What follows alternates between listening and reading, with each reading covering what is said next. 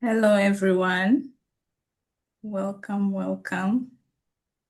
Wherever you are, it's nice to see. It's nice to see you all in here. I can even see the raising of hands. I assume you just want to greet us. So, high five to you too. It's very nice to be here and host this webinar. So, just for the introduction, my name is Martha Mwamale, and I'm a grants manager at AmplifyChange. And we'll be hosting this webinar together with, if you want to introduce yourself, please. Yeah, my name is Liz Tremler, Head of Grant Making at Amplify Change. It's great to be here. Back to you, Martha. Great. So just to note that this webinar will be recorded. So don't worry if there are some people who have not been able to attend, to be recorded and to be found in our website together with our YouTube channel. So don't worry about that. And yeah, so we'll be having a Q&A at the very end. And please, we have a chat section where you can still send your questions while we proceed. Great. Um, Next slide, please. Great. I believe you're all here because of the strengthening grant. So just to be clear, this is the webinar for the strengthening grant, round 9, which is exciting for us and exciting for you too, especially in this the shrinking funding. It's good that you get the opportunity to still fund grassroots organizations. So just for you to know where we to know us as Amplify Change. For those who don't know us, we are a bilingual fund. So there'll be a French webinar today in the afternoon. So for the French speakers, just know you have your webinar too. And we are a challenge fund. That means we support sexual reproductive health in Africa, South Asia, and the Middle East. So that is all about us in a very short brief. As I said, we stand as one of the all international fund that specifically advocates for sexual reproductive health and rights and supporting civil society organizations. Yeah. Next slide. So this is our new vision. We had a change of our strategic plan 2025 2030, whereby now our vision still stands that we people everywhere can freely make choices about their sexual reproductive health. That's where we really anticipate. And through this, we have a clear mission whereby we support local-led organizations and movements who advocate for sexual reproductive health and right. And this is why we do through different funding, as we'll see in the next slide. Yeah, just to get also to know our value as we stand as Amplify Change.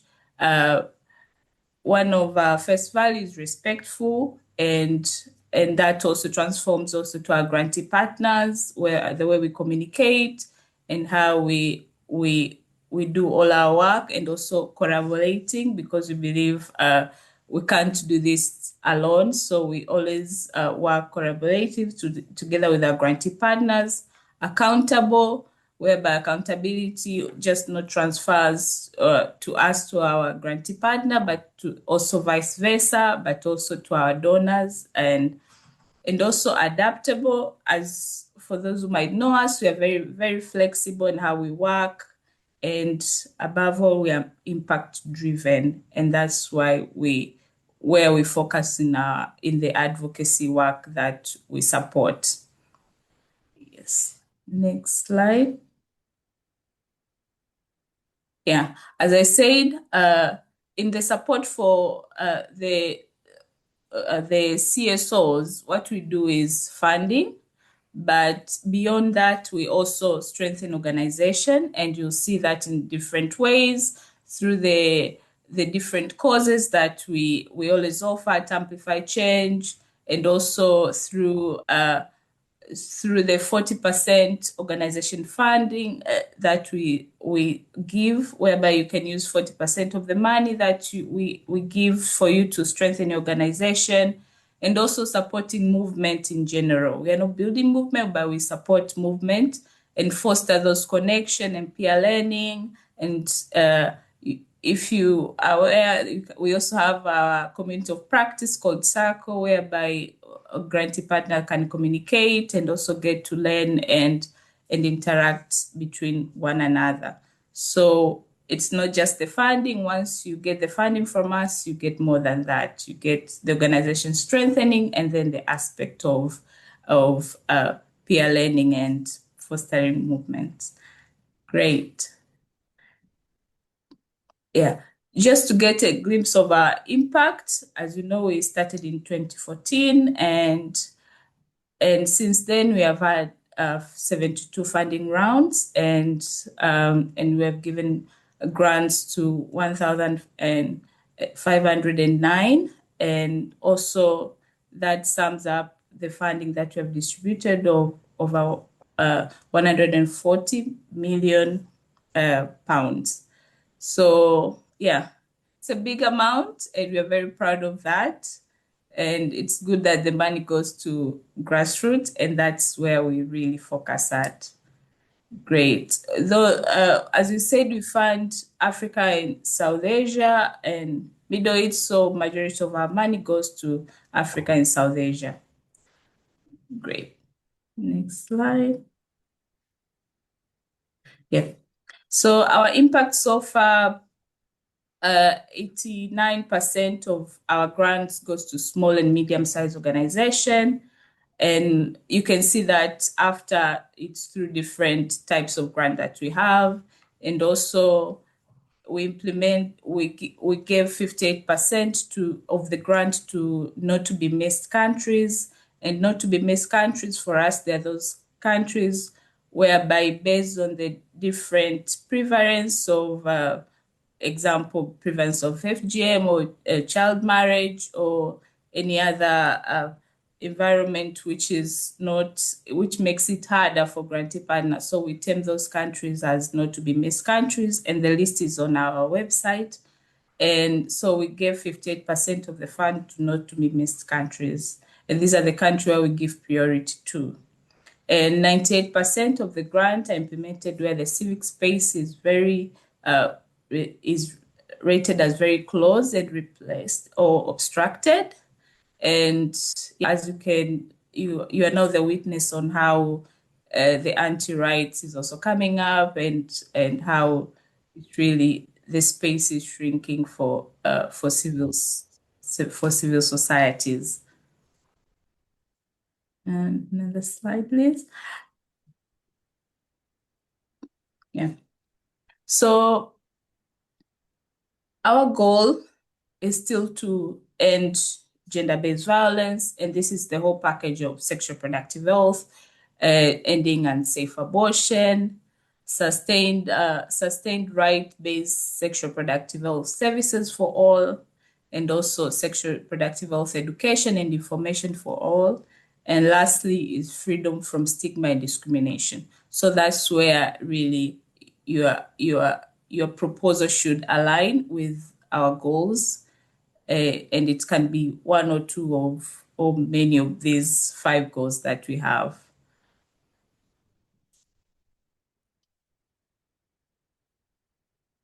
As I said, you'll have different types of grants, and this specific one is for strengthening grant, but we have different grants based on the capacity of the civil society organization, and that makes, for us, it's like a graduation stage for each grant. So last year we had an opportunity grant, which amazingly we funded a good number of grants.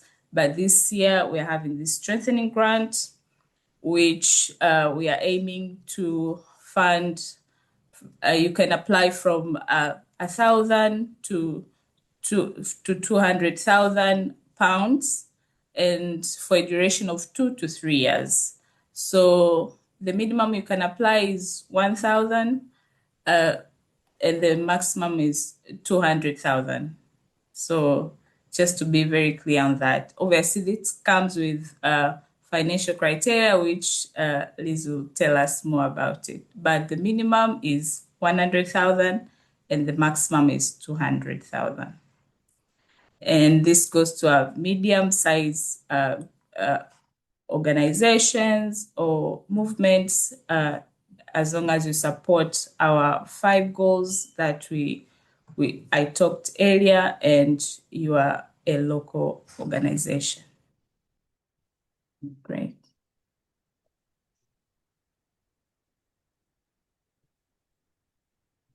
I think that's over to me now, Martha. Thank you. Yes. Great. Martha mentioned that we've now entered into a new strategy, and with that strategy, with some amendments to the theory of change. For those of you that are very familiar with amplified change, perhaps you will sort of be able to identify those.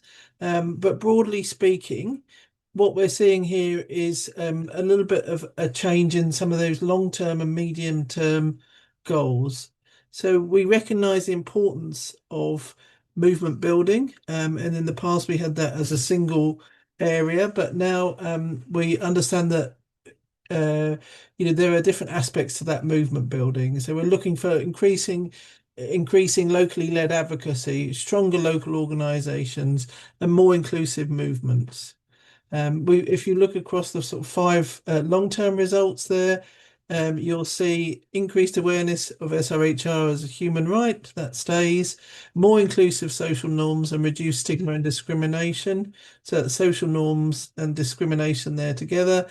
Policy and law reforms, that's more or less the same. We've added governments ensuring funding for sexual reproductive health and rights, and that's in response to the changes that we've seen globally in the sort of bilateral funding and the need for governments to take up more funding themselves. So looking at what that means for each and every country and thinking through what advocacy can be done to encourage governments to sort of take responsibility for SRHR, and then improved access to quality SRHR services. So those broadly,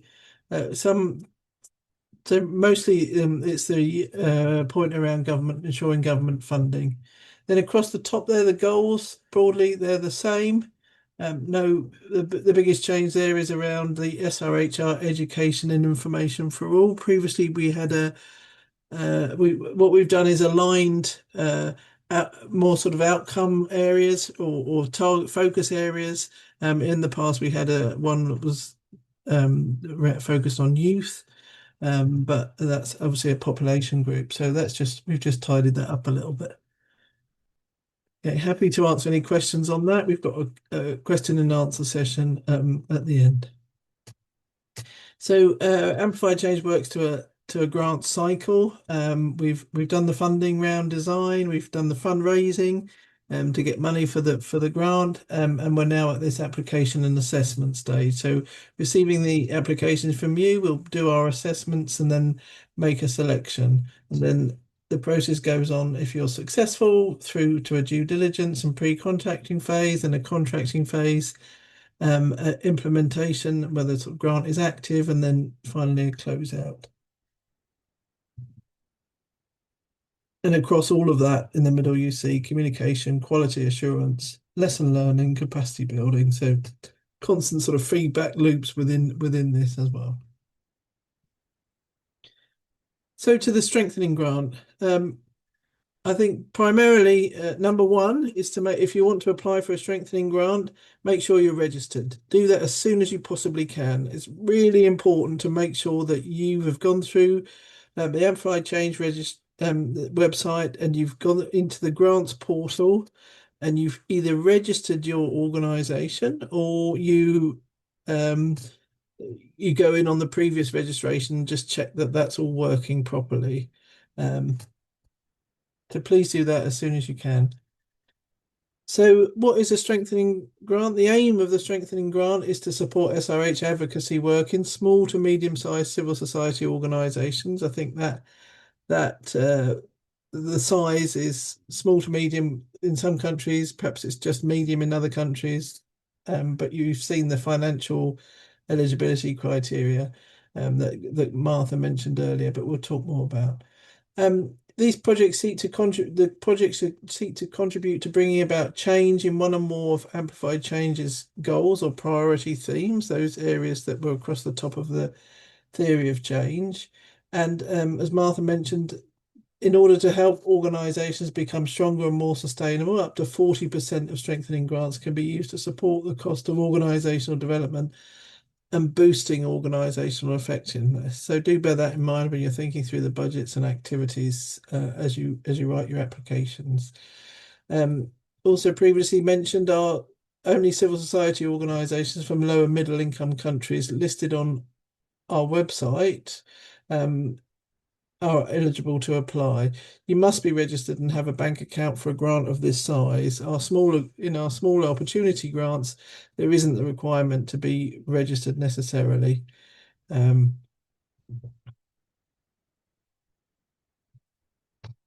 Please check the website for those eligible countries.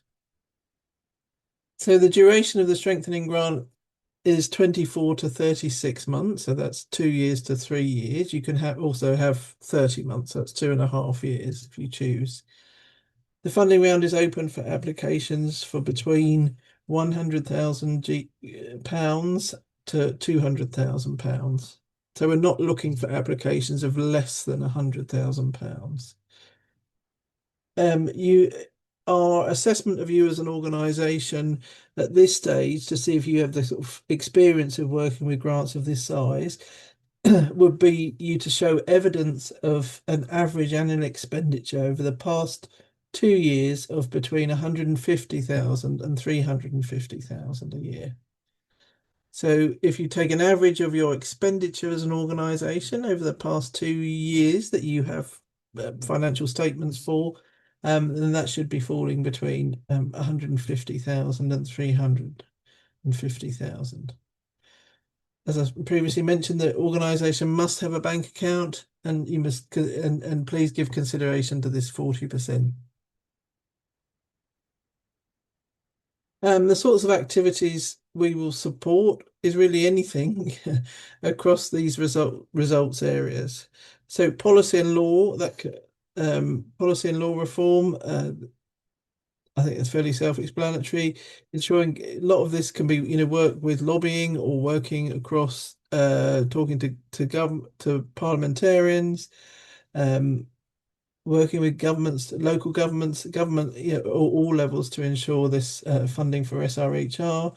Look for more inclusive social norms and stigma and discrimination. Often within that, we find organisations working on the rights of LGBTI people or sex workers, but also around social norms, thinking through, changing attitudes towards harmful practices like FGM, for example. Increased awareness of SRHR as a human right and improved access to quality SRHR service. That isn't service delivery. No, we can't fund service delivery, I'm afraid. So that's about advocating for improved access. It may be around training healthcare workers. It may be working with curriculum, medical curriculum. It can also be, working with clinicians often. Stronger, more inclusive movements, looking at how you're connected to the wider movement is really important for us. We're not seeking to, we don't, if the ultimate goal is to get some kind of policy and law change, that's not going to happen by one organisation working in isolation. So it's absolutely imperative. It's really, really important for us that you tell us about how you're connected to movements and others working towards the same ultimate goals as you. Nothing happens in isolation. Then increase locally led advocacy and stronger local organisations. So just a little word of caution to some of the sort of common things that we see in grants that one of the first one is around using words like sensitization and awareness raising. or holding or capacity building and meetings. Be specific. If you really want us to understand what it is that you're doing, be as specific as you possibly can around these. We're trying to understand what you want to achieve, and the more information you give us in an application, the stronger the application is. And we also want to understand your theory of change for the project that you're seeking to implement. What's your thinking? Why do you think this X, Y, and Z will lead to the result that you're seeking? Just a note there about service delivery. We're really looking to fund advocacy projects. Just sort of a little historical view then of the strengthening round. We opened our strengthening round funding round 8 in March 2024. We're just opened strengthening round 9, and we had the previous one before that in 2022. In 2024, we received 639 applications from 41 countries. We declined a lot because of financial eligibility. So please do read the guidance and check that you are eligible. If you're not eligible, I'm sorry. There will be perhaps other grant types that would suit you better. And the other common error was not uploading the project planning workbook, which is the work plan, budget, and indicators and milestones. So please do make sure that you add that in the application as you go. We reviewed 240 applications and 33 grants were funded. I think Martha mentioned that we're planning to give 50 in this funding round, 50. So specifically on the guidance then, please make sure that you complete the application. Hopefully the system will stop you submitting if it is incomplete, but do check and go back in and don't leave it to the last minute. That's a common error that we see. And please try and work on the online version of the application form as much as you possibly can to make sure that you move it along and don't leave the submission until the last minute. The system does get quite overloaded towards the end of the funding window. So we're looking at a strong project design. We're looking at a description of the specific context, and by that I mean if you've decided to work in one particular district or county in the country where you are, why that? What are the issues? What makes that place stand out? Why have you chosen that area? If you're working at a national level, then more sort of national data would be relevant there. If there is no such data, have you incorporated data collection and evidence gathering as part of your proposed project? It's important to know, we all need evidence in order to be able to do advocacy. So if that's missing, then make it part of your project. We want you to clearly articulate what the need is that you're trying to address. Why have you chosen to do it in that place? And what is the need that you're really trying to change? And what has made you decide to work on that in that area? Is it about need and demand, or is there an opportunity? Is there a window that's opened that is enabled that you believe will bring about lasting change? So I mentioned previously about the connection to the wider movement. It's really important for us to understand how you are connected to a movement, and really lasting change doesn't happen in isolation. It's part of a sort of collective effort. We ask you to consider the risks that could impede the project's progress, and I think the world has shown us lots of new risks that we didn't even think about previously. So we know that you're not going to be able to capture everything, but do consider some of the potential risks. That enables us to understand that you've thought through the project thoroughly and that you've really considered what the challenges are in your particular context. We're looking for you to show us that you're going to be monitoring and evaluating this project well, that you are going to learn from it, and there's a sort of feedback along the way. As Martha mentioned, we're extremely flexible donor, and if you decide that you need to change direction to some degree part way through the grant because you've been doing this monitoring and evaluation, you're seeing that things aren't working out, then we can have a conversation to make those changes. So do make sure that you're including monitoring and evaluation activities and human resources in the project as well. Having some kind of an organizational capacity plan to meet any organizational gaps or needs is also key. So that could involve training, it could involve development of staff. There may be other aspects to that where it's appropriate for you to have some kind of a base in a different place or something like that. We're really happy to help support that if it helps to achieve the advocacy goal. It's written here a linked budget and work plan. That means that the budget should correspond to the work plan.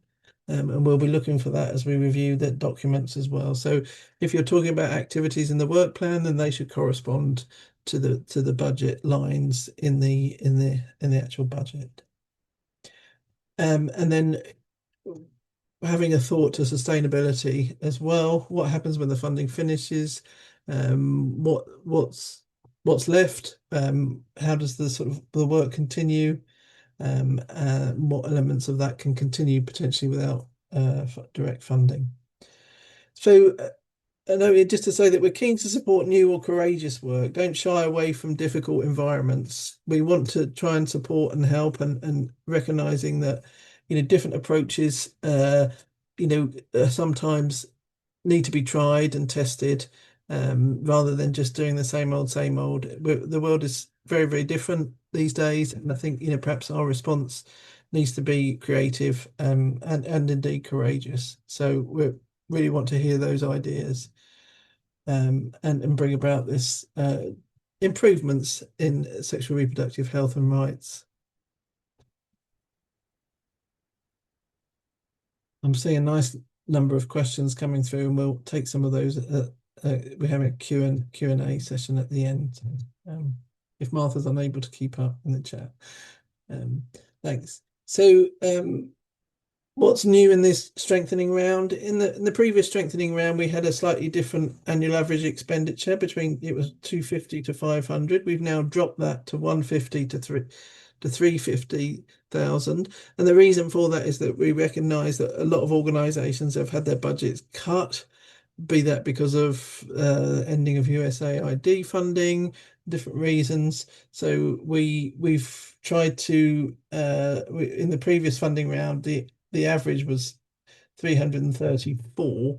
So we've just tried to accommodate some of those changes to the sort of wider SRHR environment. So just to clarify, the financial eligibility is for an average annual expenditure of between 150,000 and 350,000. Previously, we had it a little bit more open, and you could apply for up to 200,000.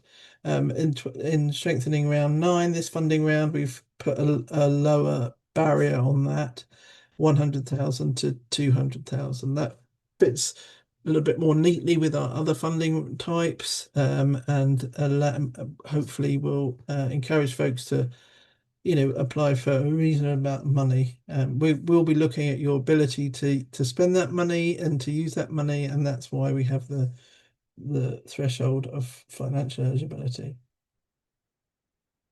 We can only receive one application per organisation. As Martha mentioned, we had a very large opportunity round.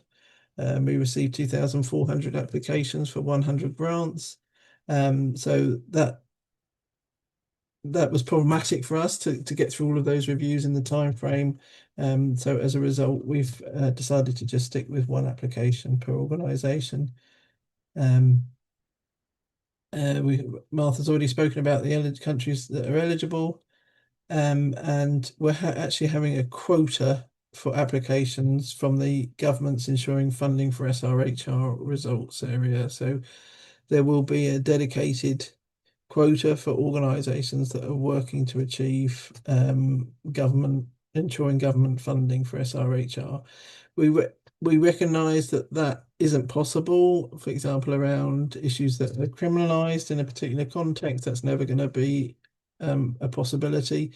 Though just to acknowledge that, you know, that that's not going to be possible for everybody. But equally, we are recognising that it's important where possible. Some of the key approaches, Amplified Change funds advocacy. We're focused on achieving long-term sustainable change, and we will recognise that collective actions achieve that change. So whilst we can unfortunately only give funding up to 3 years, being part of a movement helps to ensure that that work continues and it's part of that sort of collective action. So your project may well contribute towards change in a particular context, and you know, but being part of that movement is critical for sharing and learning across, and achieving the ultimate change.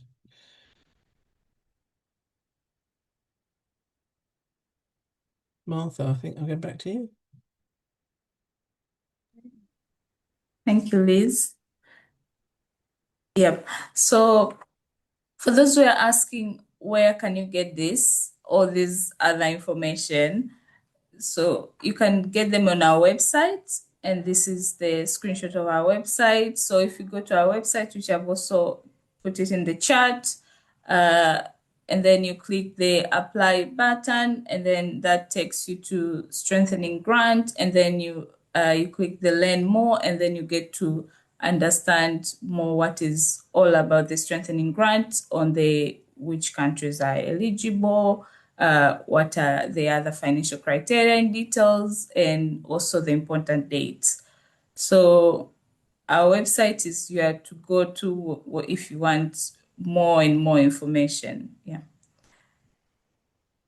And the slide.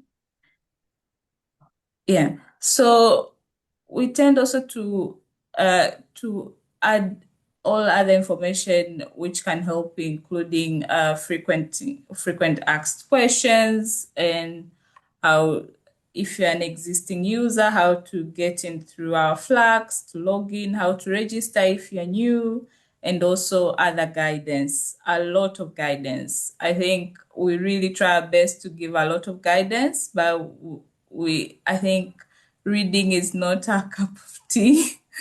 But really try to go in there and get all this information, because there's a lot of information, and I can just assure you, if you go and read the guidance, it's easy to understand what the donor is looking out for. So that really raises your chance of you being selected. And there are some grantee partners who have said this worked. So please go and read the guidance, and also check the frequent asked questions. Probably your question is there already answered, because most of the questions are repeated.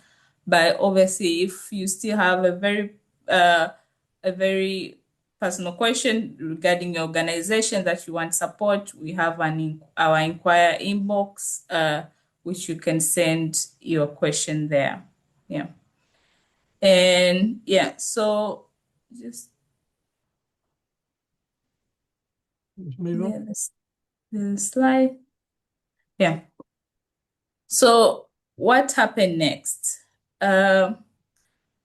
So for strengthening grants, we always have two-stage of reviewing process. So so today the funding round has been opened, so you have time to apply for that, and also after that it goes to our second stage review process, whereby it will be reviewed internally and also reviewed externally, and also we expect to finalize the reviews and informing you by late October, and that's our target.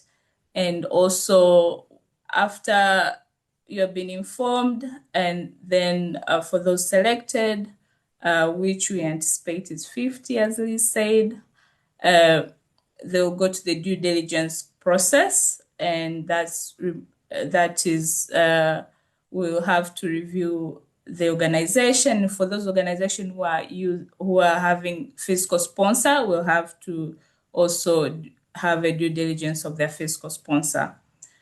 And so the due diligence process, mostly it's just for us to help to know like where do you stand and how can you help you better.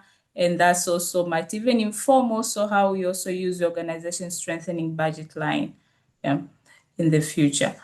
And if your application is successful, we'll work with you together, and that's to review the budget and the work plan. So you have a grants manager who will be helping you during the pre-contracting stage, and that will involve so many things, including like, okay, I've written this application, but can I make these bits of change in the work plan, in the different activity, or can I push this budget line? So you have that chance. So don't think that your application, once you have applied, that's the end, it's never changing. That will never change. It can always change, but what will never change is the amount of money you applied for. That the amount of money you apply for, that will be because our board will have approved it, so that will never change. But you plan to work on your activities and your budget and play around with the budget line, that can always change. Yeah.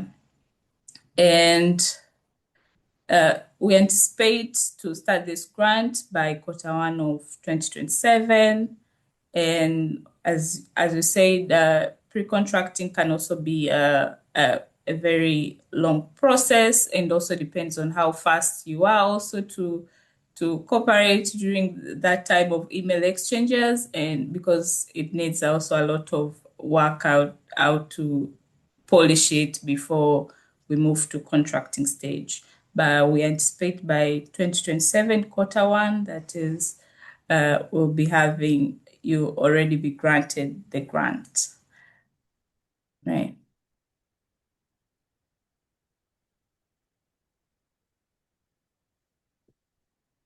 Yeah, as I said, we anticipate 50 grants. So, and obviously the opportunity grant, we also anticipate 100, but we received a very big number, which is the reality. So we also anticipate the same for the strengthening grant, to receive a lot of grants. So please the do write your best application ever.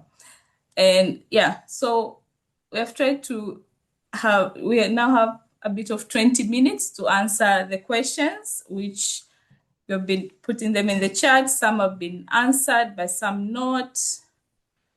Yeah, so that we'll have that, but also to remember these important dates. You'll find them on our website. You'll find them also in our social media, just to mark those dates very careful, because once the deadline is on, I think there's no grace period for anyone. Especially, please note the registration deadline, which is going to be on the 5th. That's very important, because if your organization has not been registered, that means you can't apply in the Flux system. So please note those dates. We'll also have a M&E webinar, and just to make applicants aware on how important is M&E. So please do attend that webinar on 26th. And you also get to understand just in glimpse on what we mean by M&E and how is it important for your project. And that's also mean it's important also to budget for that in your proposal. And yeah, so these are the other important dates. Application closing on the 16th of June, and also the communication, you get it on the 20th of October. Yeah. Great. Liz, how are we answering So there's some questions in the Q&A section that we're happy to answer. We are looking for ideally audited organisations. There may be instances where that isn't possible to do that, so we'd be looking at some kind of financial statements with an explanation as to why it hasn't been possible to audit. So please, we, for those organisations that are smaller or unable to register, then please that you should be looking really at the opportunity grants, and that's the grant that allows for that. Then so that for example for organisations that may be working on LGBTI things in areas where they're unable to register, Mhm. yeah.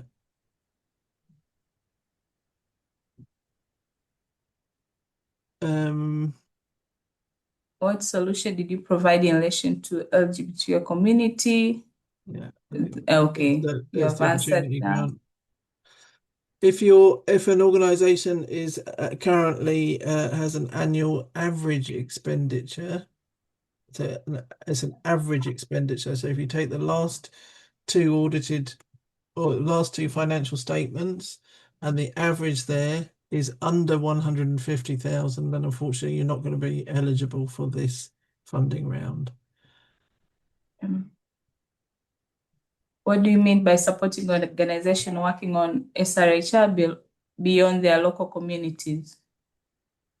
I'm not sure what the context of that was. Yeah, but we do support organization who are the grassroots and they are working with the local community.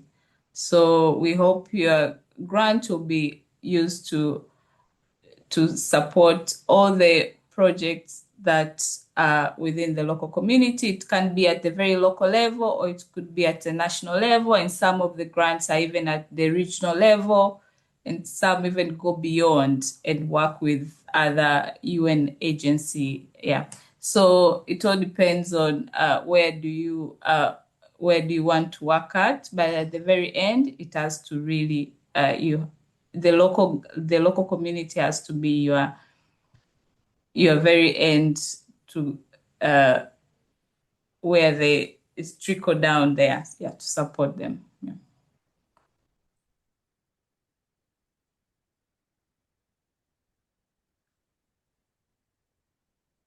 In Zimbabwe, do you consider those registered as a trust? Yes, we do, I believe. Yeah. By registered, it may not by registered mean it may not mean the organization is big or medium. So if an organization registered CSO chooses to apply for the opportunity grant, do you accept it? We accept the opportunity grant. Basically, anybody can apply, really.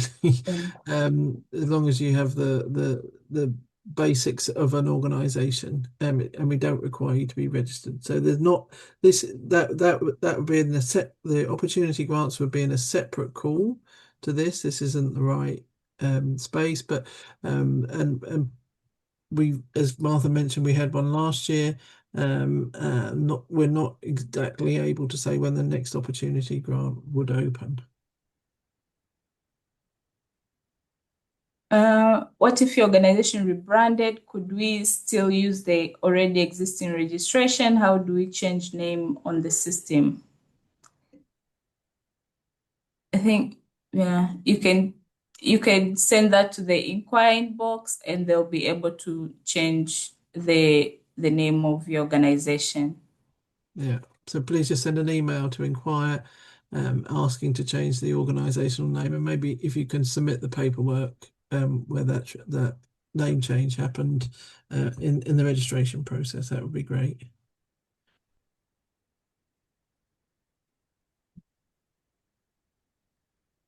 Is it allowed for an organization to act as a fiscal host for another organization as part of this grant? And if so, are there any requirement or restriction or eligibility criteria that an organization must meet to do this? So the fiscal host needs to meet the same criteria for this grant. Yeah. And please think about whether it's worth, yeah, to what that it's less common to have a fiscal host on this grant because we are seeking really to support organisations that are more kind of in the medium, upper small to medium sized categories. And for those who already have grants with Amplify Change, can they apply for this example opportunity? So if you currently have an opportunity grant and you meet the eligibility criteria, you can apply. Great. And we are looking to fund the full budget, so that's 100% as long as it falls within the 100,000 to 200,000 eligibility. And for those who wants to collaborate with other organization, example consortium, can they also apply? Consortium can apply, but we would the lead organisation, so the primary grantee, would have to meet the full eligibility criteria. It's not, you can't take a collective amount across the full consortium. So we're looking for that one organisation that's going to be able to meet the eligibility criteria, and then they would be effectively working with downstream partners, as we would call them. So the other consortium members would be considered to be partners in the grant. Yeah.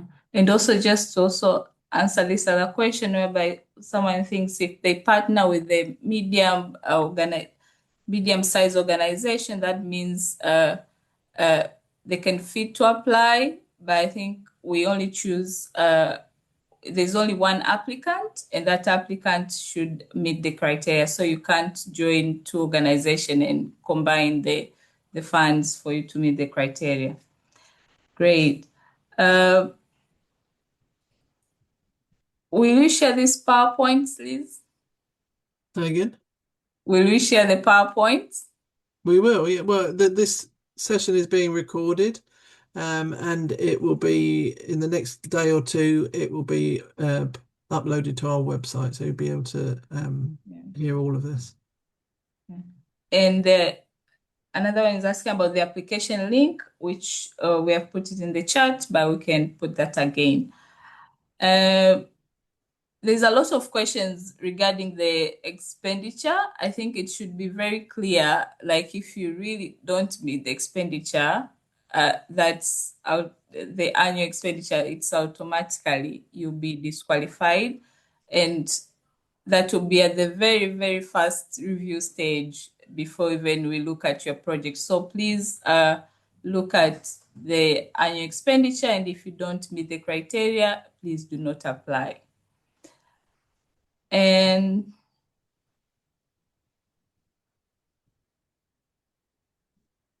do we support the movement to prevent mental health issues, and also the same with climate change and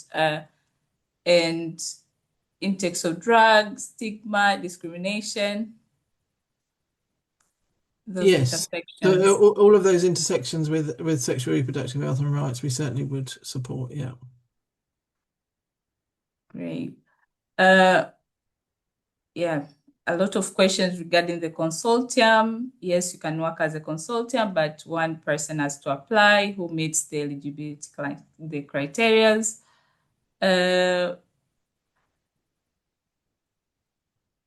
Can you say financial eligibility when you say financial eligibility, do you mean the amount that you stated in the past 2 years, or is that the other things also? I've, I've not understood this too. No, no. Uh, the application deadline, I think you can see it, is on the 16th of June at 5 p.m. UK time. Uh, in terms of financial eligibility outline as eligible small and medium organization, does it refer to admin expenses plus direct project costs? Yeah. So we have an overheads limit of up to 7% of the budget for that particular quarter. So overheads are separate to organizational strengthening. Great. We have one has asked three questions. No, a list of three questions, and one is can Can you explain what type of organization qualify as a social enterprise? Are for-profit organization eligible? So No. if you go to the website, you can really see the list of what we mean by CSOs. So, yeah. So, I mean, if you're for profit, that's probably not. But if you're a social enterprise that's looking to reinvest, then yeah. But if you have specific questions, specifically, please do reach out to the inquiry inbox. There's a question there about considering the use of digital health as a service or improvement to access of services. Uh, I think that depends on how you frame it and what you're trying to achieve. We're ultimately looking to improve service provision through advocacy. So we fund a lot of, for example, we fund quite a lot of hotlines that are providing access and giving information. Um, but yeah, so it really depends on we've also funded chatbots and things like that that is about giving information about in, or raising awareness of SRHR. So it really depends on how that one is framed, I think. Mm, thank you. What kind of financial document is required for organizations that do not have 2 to 3 years audited statements? I think you need really we're looking for audited statements. So if there's a very valid reason for why you don't have audited statements, then we'd need to see that, but we'd be looking at some kind of financial statement document. But we need to be really clear about why you haven't had audited statement. Um,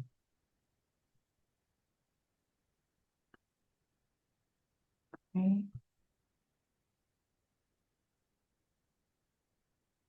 Can a law firm apply? yeah. Well, a law firm, no. If it's a sort of more of a collective type thing, it's that question about profit, I think. Uh, So we funded collective collective lawyers collectives in the Mhm. past for sure. There's a question about registering for the M&E webinar. Yes, please do register it. You'll need to register again for the M&E webinar, please. Great. Is partnership consortium, you're all welcome to apply. What is government ensuring funding means? That's a very interesting question. So this is about either tracking how governments are using spending their budgets on SRHR, or advocating for government to ensure that governments uh, are including SRHR in their budgets. So, for example, that may be about the inclusion of marginalised populations in those budgets.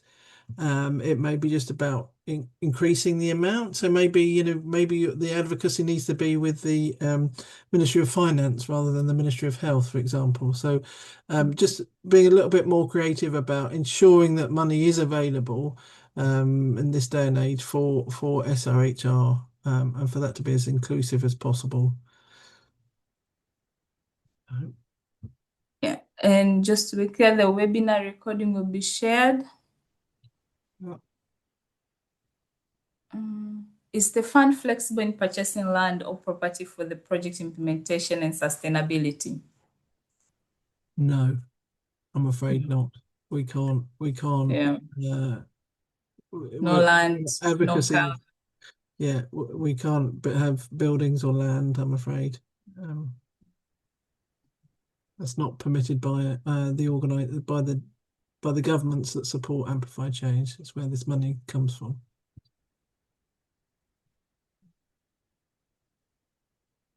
And are international NGOs eligible to apply?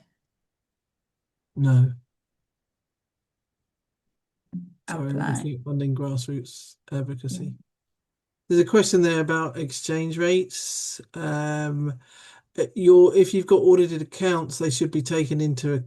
You could take the exchange rate at the end at the year that the account at the moment that the accounts were completed or closed. So if you're looking at audited accounts from 2004, then you could take the exchange rate at 2004. And you can do that on, websites like xe.com give you historical exchange rates. Right. That's where for countries that are experiencing a lot of exchange rate fluctuation.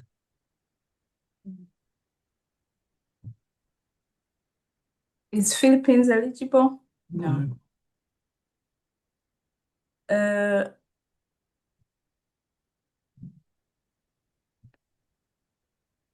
Okay, can I well, apply with a technical partner who meets the eligibility?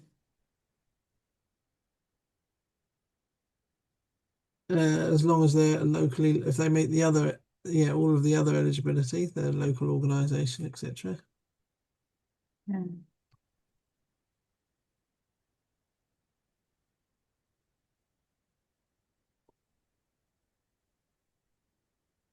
When will the next opportunity grant open? I wish I knew. It depends on funding coming through to us. Yeah. I'm afraid Okay. possibly 2027, but it would be probably towards the end of 2027. Yeah. Um, there was a question here about what types of organisational strengthening activities we would support. That's going to be quite varied from organisation to organisation, but we encourage you to be creative with that. So it could be around things like uh, developing a fundraising strategy, developing a organizational strategy. It could be things like training of staff. It can be sort of infrastructural things like laptops and computers and those sorts of things, or software that's going to help. Things like getting financial management software, these kinds of things. It can be yes, yeah, there's a range of things. It can be around wellness, and looking after staff and taking care of staff. Uh, yeah, just to give some examples, but I'm sure you have your own ideas about that. And we're happy to explore things. Seem to have lost Martha from the call, and I think we're probably coming around to the top of the hour. So I'll just see if there's any other questions.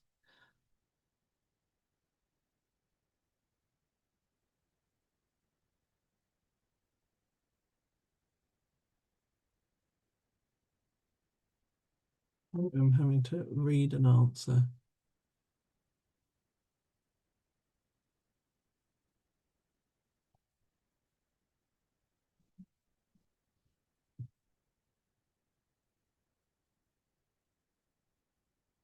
So this funding round is open to organisations that haven't applied to Amplify Change before. Anybody can apply as long as you meet those criteria.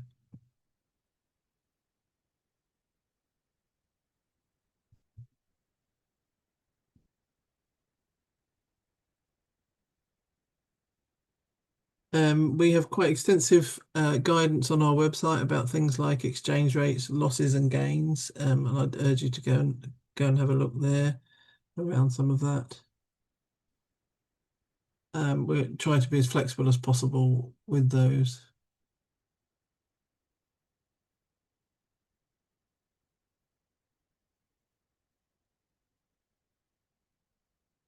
We have a French webinar following on from this in about 2 minutes. So if anybody wants to listen in French, you'll be able to join that. You need to register, however, so please go onto the website to register.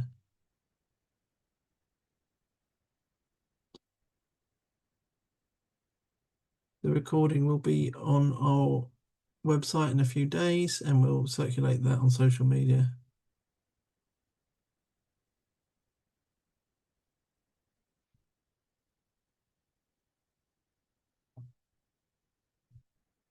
If you currently have a grant from Amplify Change, you can also apply for this funding round.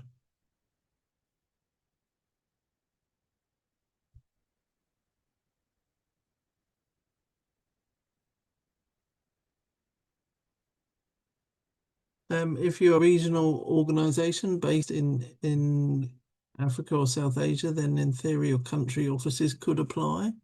What we're really looking to do is to make sure that organizations that have a competitive advantage over small organizations um, are not overshadowing those small organizations. Okay, guys, I think we'll bring things to an end now. Um, I'm sorry if we haven't been able to answer all of your questions. As we've said, you can send an email to inquire@amplifychange.org. There's a lot of information on the website. We really wish you success with your applications, and look forward to seeing some familiar names now coming through, and seeing your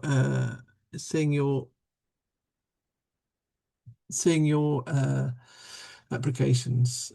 Best of luck.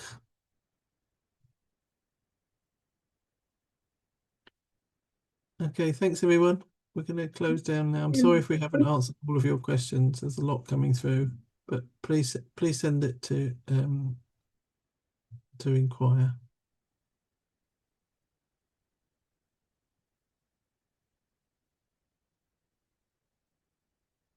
Bye for now.